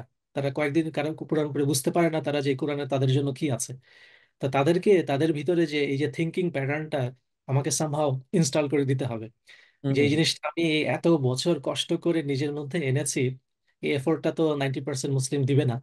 তো রাইট। তাদেরকে কিভাবে অনেক কম এফোর্টে তাদের মধ্যে এই ধরনের চিন্তা ভাবনাগুলো ঢুকিয়ে দেওয়া যায়। তো সেখান থেকে আমার এই এই সিরিজ লেখা শুরু, এই কোরআনের কথা .com নামে একটা সাইটে আমি এই সিরিজ লেখাটা শুরু করি, যে মানুষকে দেখানো যে অ্যাকচুয়ালি যে কোরআনের আয়াতগুলো এখনো আমাদের জীবনে অনেক রেলেভেন্ট। আমাদের সোসাইটির প্রবলেমগুলো সবই আল্লাহ কোনো না কোনো ভাবে ইঙ্গিতে সলিউশন দিয়ে রেখেছেন কোরআনের আয়াতের মধ্যে। এই 1000 বছর আগের ঘটনাগুলো যেগুলো পড়ে মনে হয় এগুলো জাস্ট ঐতিহাসিক ঘটনা, ঐতিহাসিক ঘটনা, কিন্তু না, এগুলোর অ্যাকচুয়ালি আমাদের টাইমের রেলেভেন্স আছে। তো এগুলো মানুষকে বারবার দেখান। এবং একই সাথে আমি আরেকটা কাজও করেছি আমার এই এসে, যে আমি এই আর্টিকেলগুলো লেখার সময় আমি প্রচুর রিসার্চ পড়তাম। যে কোন একটা আয়াতের মধ্যে যদি আমি দেখতে পাই যে হিউম্যান সাইকোলজি নিয়ে কিছু একটা বলা আছে, আমি দেখতাম যে সাইকোলজিস্টরা এরকম কোনো কথা বলেছে কিনা, সাইকোলজিক্যাল রিসার্চ আছে কিনা। খুঁজে দেখতাম অনেক আছে। তো সেগুলোর আমি রেফারেন্স নিয়ে আসতাম, দেখাতাম যে হিউম্যান সাইকোলজিস্টরা যে জিনিসগুলো বলছে গত 50-60 ইয়ার্সে, সেগুলো সেই কোরআনে 1400 বছর আগে থেকেই বলা আছে। তারপরে আমি কোরআনে কোনো একটা আয়াতে যখন দেখতাম যে সেখানে মনে হচ্ছে ইকোনমিক্স নিয়ে একটা ইঙ্গিত আছে, আমি তখন রিসার্চ করে শুরু করে দিতাম যে ইকোনমিক্স নিয়ে যারা কাজ করে তারা এরকম সিমিলার কোনো রিসার্চ করেছে কিনা। দেখা যায় অলরেডি এরকম রিসার্চ আছে, যে রিসার্চে বলা আছে যে কোরআনে যে জিনিস বলা আছে, তারাও বলছে যে আজকে মানুষ যদি এই ধরনের একটা, তারা কোরআনের কথা অবশ্যই বলছে না, তারা বলছে এই ধরনের কিছু একটা যদি ইকোনমি ইমপ্লিমেন্ট করে, ইকোনমিক পলিসি, তাহলে মানুষের ওই ধনী রিচের ব্যবধান কমে যাবে, ইকোনমিক্যালি অনেক স্টেবল হবে, লং টার্ম প্রসপারিটি হবে। তো এই দেখা গেল যে কোরআনে যা বলা আছে সেই একই জিনিস ইকোনমিস্টরাও বলছে, তারা রিসার্চ করে বের করেছে। তো সেগুলো আমি নিয়ে আসলাম আমার লেখার মধ্যে, দেখালাম যে দেখো যে কোরআনের কথা কত রিলেভেন্ট। সিমিলারলি পলিটিক্স, পলিটিক্যাল সায়েন্সে যে স্টাডিগুলো আছে দেখা গেল সেগুলো মানুষকে যেরকম একটা পলিটিক্যাল ফ্রেমওয়ার্ক দাঁড় করাতে বলছে, সে একই ফ্রেমওয়ার্ক কোরআনে বলা আছে 1400 বছর আগে।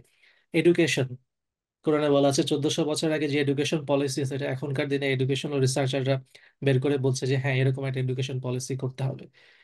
তো এই রিসার্চটা আমি করেছি, যে আমি মানুষকে দেখানোর চেষ্টা করেছি যে ওয়েস্টার্ন একাডেমিকরাই রিসার্চ করে যে কনক্লুশনে যাচ্ছে, সেই কনক্লুশন যেগুলো মানুষের জন্য অনেক বেনিফিশিয়াল হবে, সেগুলো অলরেডি 1400 বছর আগে কোরআনে আল্লাহ আমাদেরকে দিয়ে দিয়েছেন। এবং শুধু 1400 বছর আগে কোরআনে না, ইনফ্যাক্ট সেই প্রথম নবী থেকে শুরু করে সিমিলার পলিসি গুলো চলেই আসছে। লক্ষ বছরের হিউম্যান সিভিলাইজেশনে আল্লাহ সব মানুষকে প্রথম থেকে এই গাইডেন্স গুলো দিয়ে আসছেন।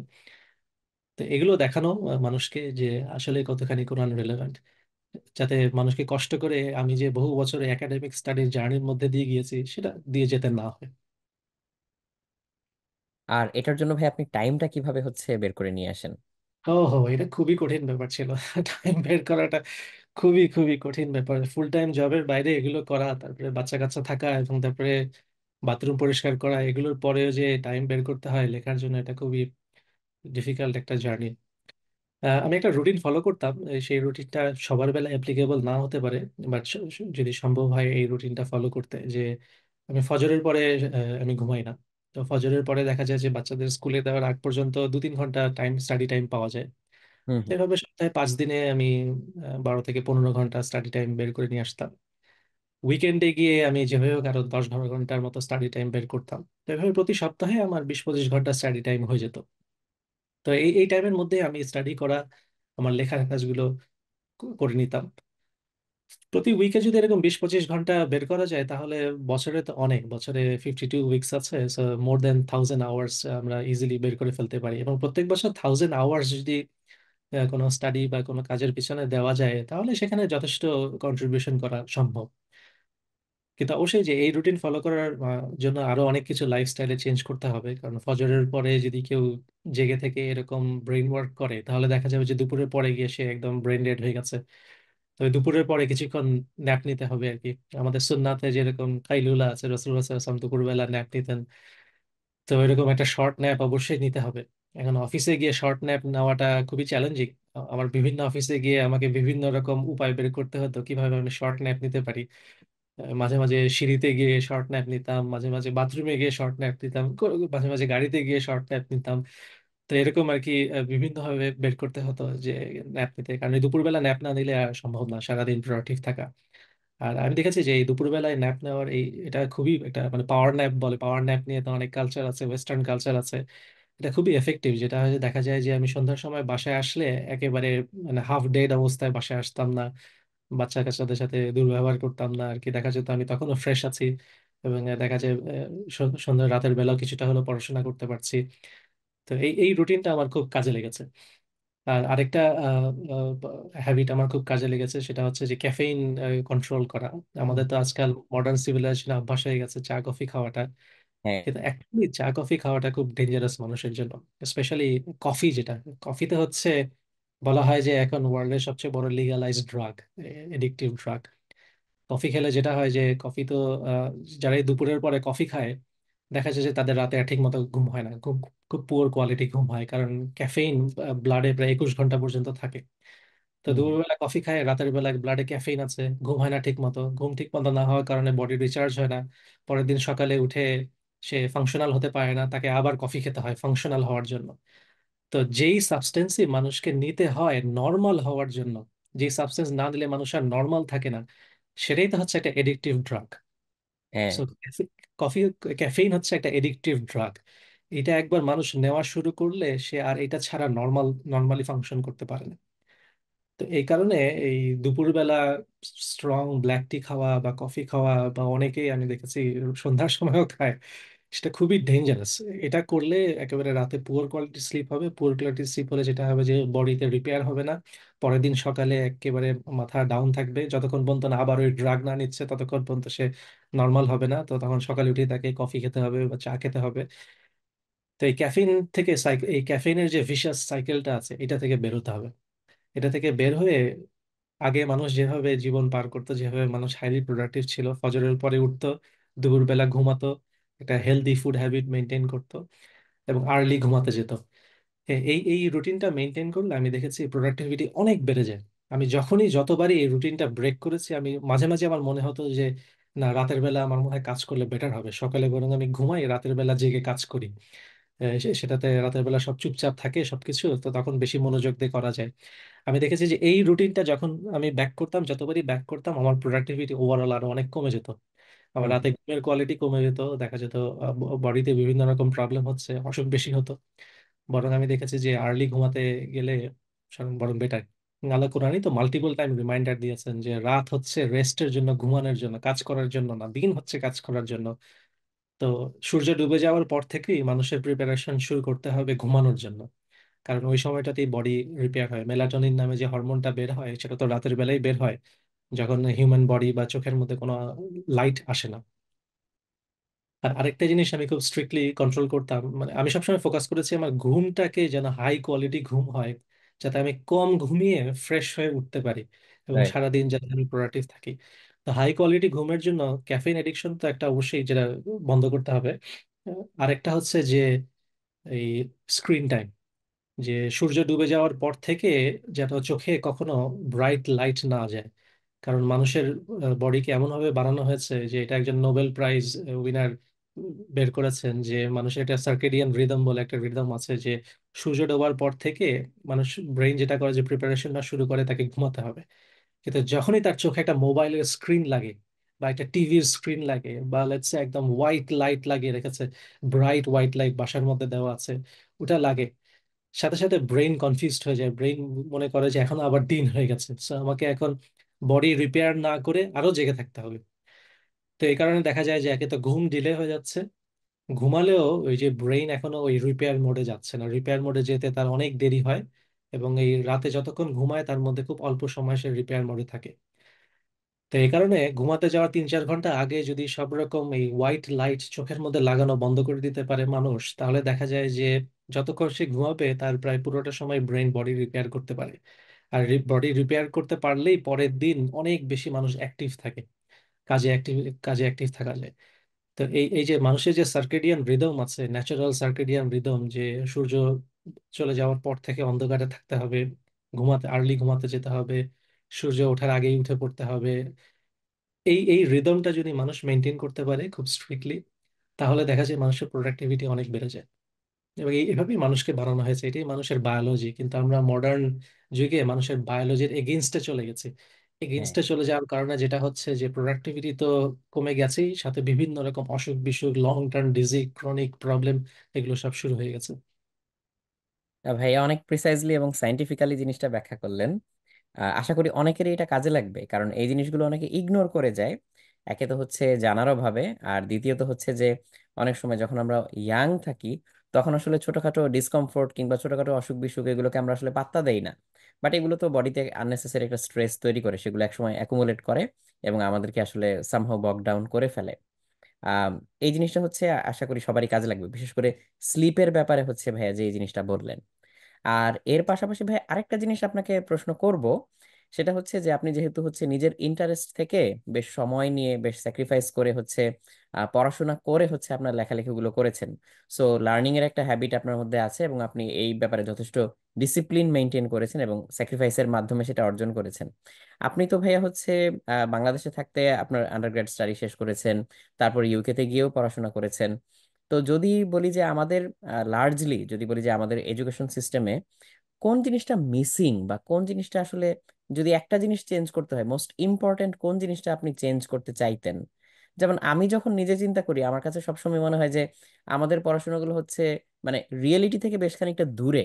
অর্থাৎ বেশি হচ্ছে কাগজে কলমে জিনিস, কিন্তু প্র্যাকটিক্যালিটি অনেক কম বা রিয়েল লাইফের সাথে কানেকশন কম। এইটা আমাকে নিজেকে হচ্ছে ছোটবেলা থেকে অনেক বেশি হচ্ছে পীড়া দিত। সো আপনার দিক থেকে কি মনে হয় যে কোন জিনিসটা লার্জলি মিসিং বা কি একটা জিনিস আপনি চেঞ্জ করতে চাইতেন? বাংলাদেশের এডুকেশন থেকে তো আমি বের হয়েছি বোধহয় অ্যাটলিস্ট প্রায় 20-25 বছর হয়ে গেছে। তো এখন কি অবস্থা আমি খুব একটা ভালো জানি না।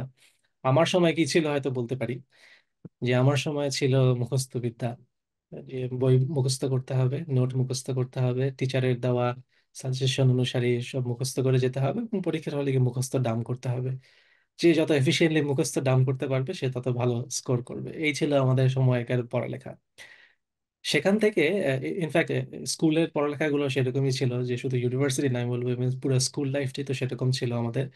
আর প্রত্যেক বছরই পরীক্ষা নামের একটা ভয়ঙ্কর জিনিস ছিল, সে যে পরীক্ষাতে যে করে হোক ভালো রেজাল্ট করতে হবে, এই জন্য বাবা মারও মাথা খারাপ হয়ে যেত, বাচ্চাদেরও মাথা খারাপ হয়ে যেত। আহ, পরীক্ষার পর পরীক্ষা দেওয়া হতো।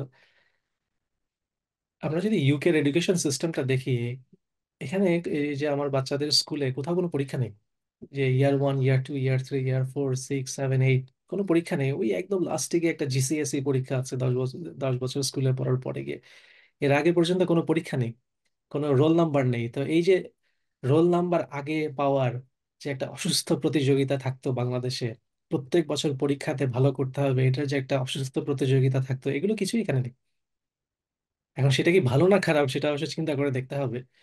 আমার ধারণা বাংলাদেশে যে অবস্থা হয়েছে, ইনফ্যাক্ট উপমহাদেশে যে অবস্থাটা আমি দেখি, যে উপমহাদেশের দেশগুলো যেখানে এরকম এই পরীক্ষা কালচার, একটা ভালো রোল নাম্বার, প্রথম দিকে রোল নাম্বার থাকতে হবে যেভাবে হোক স্কুলে, এর জন্য যে অসুস্থ প্রতিযোগিতা তৈরি হয়েছে, যে এই কারণে বাচ্চাদের উপর যে আননেসেসারি প্রেশার, বাচ্চাদের চাইল্ডহুড যেভাবে নষ্ট করে ফেলা হচ্ছে, আমার মনে হয় এটাতে ক্ষতিটা অনেক বেশি হয়েছে। বরং আমরা যদি এই ইউকের বা ইউরোপিয়ান যে মডেলটা আছে এডুকেশনটা দেখি, যে এখানে মানুষকে এনকারেজ করা হয় যে তার যেদিকে ইন্টারেস্ট আছে সে সেদিকে গ্রো করবে, আর অন্যদিকে সে মোটামুটি একটা জেনারেল আইডিয়া রাখবে।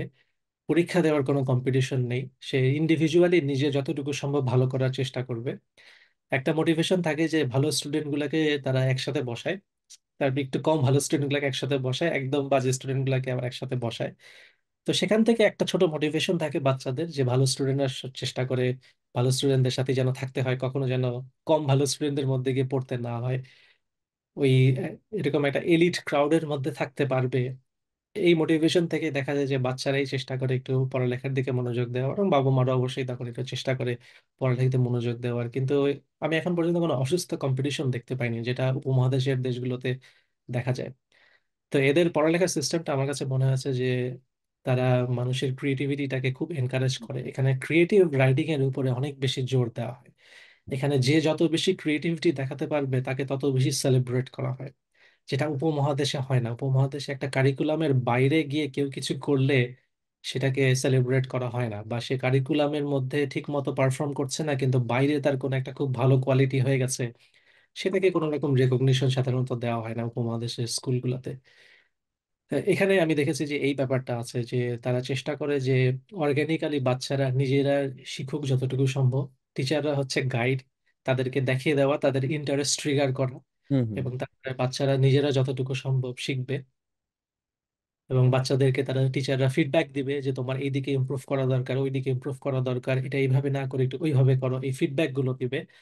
তারা জাজমেন্ট করবে না, যে পরীক্ষার হলে গিয়ে একটা নাম্বার দিয়ে বলবে না যে এই হচ্ছে তোমার অবস্থা। এখন এই পরীক্ষার আগে পর্যন্ত পুরো একটা বছর কোনো ফিডব্যাক নেই, তাকে ইমপ্রুভমেন্টের জন্য কোনো গাইডেন্স নেই, শুধু একবারে পরীক্ষার হলে গিয়ে তাকে একটা বছর শেষে গিয়ে একটা স্কোর দেওয়া হবে, দিয়ে বলা হবে তুমি কত পেয়েছো। সেই সেই কালচারটা এখানে নেই। এখানে through out the year continuously feedback দেওয়া হয় বাচ্চাদেরকে, যে কিভাবে সে কোন দিকে ভালো করতে পারে, তার এই দিকটা ভালো হচ্ছে না, এই দিকে একটু ইনভেস্টমেন্ট দেওয়া দরকার।